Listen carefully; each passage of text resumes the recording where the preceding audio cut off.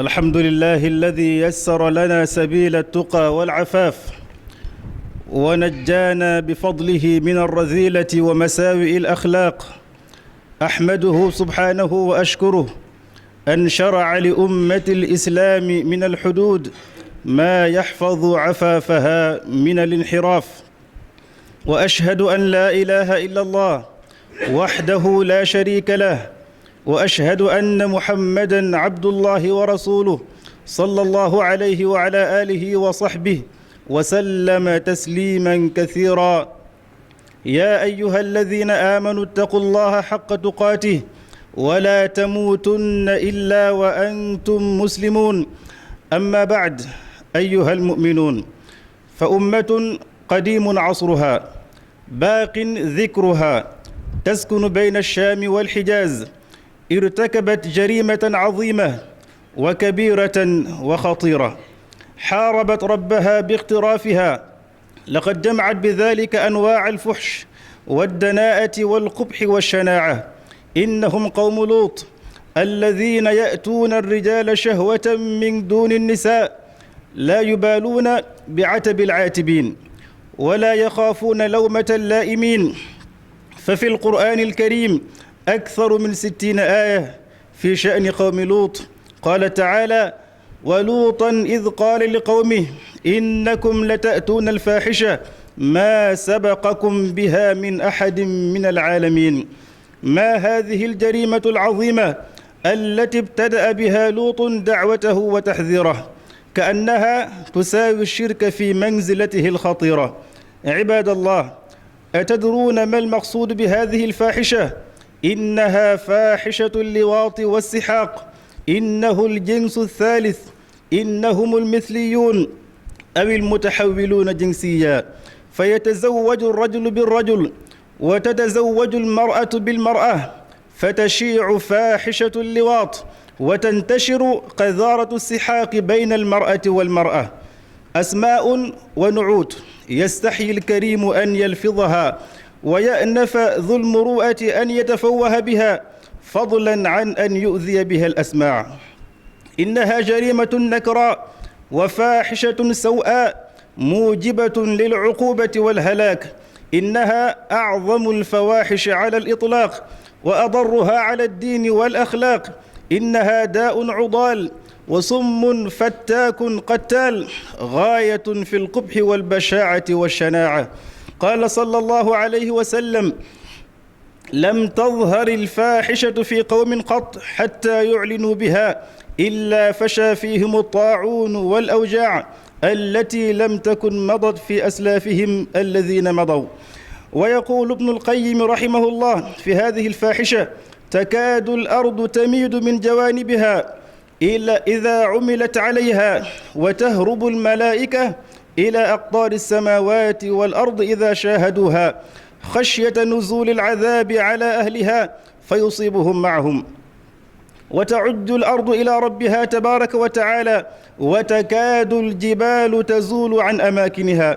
أيها الإخوة، إن أولاد الحرام هؤلاء يظهرون الآن بقوة في المجتمع الغربي، وهم قادمون للدخول في بلاد المسلمين، وقد وصلوا فعلا. وهدفهم الأول الشباب المسلمون والفتيات المسلمات والعياذ بالله. اللهم احفظ شباب المسلمين وعافهم من كل سوء وبلاء وفتنة ومن كل ما يخالف أمرك ويوجب مقتك وغضبك، ووفقهم لكل ما تحب وترضى. وصلى الله على سيدنا محمد وعلى آله وصحبه أجمعين، والحمد لله رب العالمين. إلا الله وحده لا شريك له، أحل الطيبات والفضائل كلها، وأشهد أن محمدًا عبد الله ورسوله صلى الله عليه وعلى آله وصحبه وسلم تسليمًا كثيرا. أما بعد، أيها المسلمون، فإن انتشار الفواحش من أكبر أسباب زوال النعم وحلول النقم، فإنها توجب سخط الله ومكره وإعراضه عن الواقع فيها. فأي خير يرجى وأي شر يؤمن من عبد حلت عليه لعنة الله وسخطه؟ وكيف تكون حياة من مقته ربه وأعرض عنه ولم ينظر إليه؟ أيها السادة، كما سمعتم الأمر خطير ويستدعي منا عملا دؤوبا في إنكار هذه الظاهرة الخبيثة وبيان خطرها وحماية الأبناء والبنات منها حتى تستأصل برمتها من المجتمع. فيا أيها الآباء والأمهات، ويا أيها المعلمون والمعلمات، ويا أيها المصلحون والمصلحات، ويا أيها المسلمون والمسلمات، أنتم حماة الدين وحراس الفضيلة، فالله الله في ديننا وأخلاقنا، الله الله في فطرتنا وإنسانيتنا، الله الله في أبنائنا وبناتنا. وتبقى قضية اللواط في السنغال مسألة غامضة توجب طرح أسئلة قوية تجاه النظام الحالي رئاسة وحكومة وأنصارا.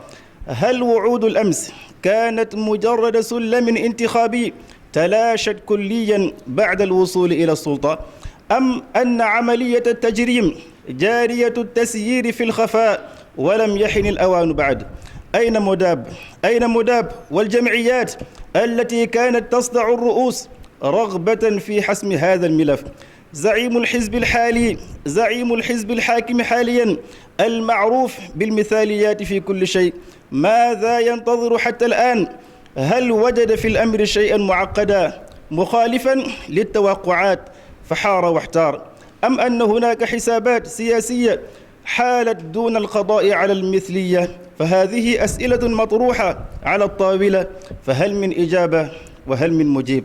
اللهم إنا نعوذ بك من الفواحش والفتن ما ظهر منها وما بطن.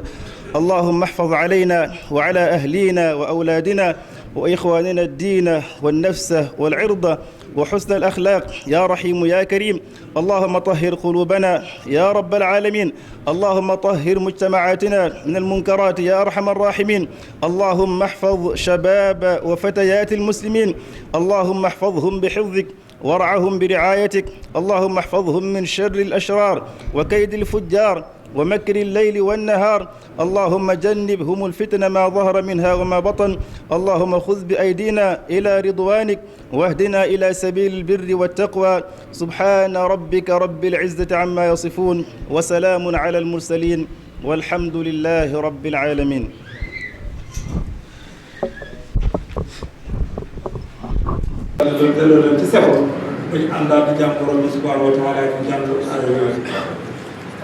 suñu xaajal xaajal wala yar ak lépp nga def ko wala bu yàlla yokk njëkkal ak yërmande suñuy way dawli yi ñu feebar yàlla saafara delloo leen ci seko ba ñu àndaat di jàmm borom bi subhanahu wa taala ñu jàng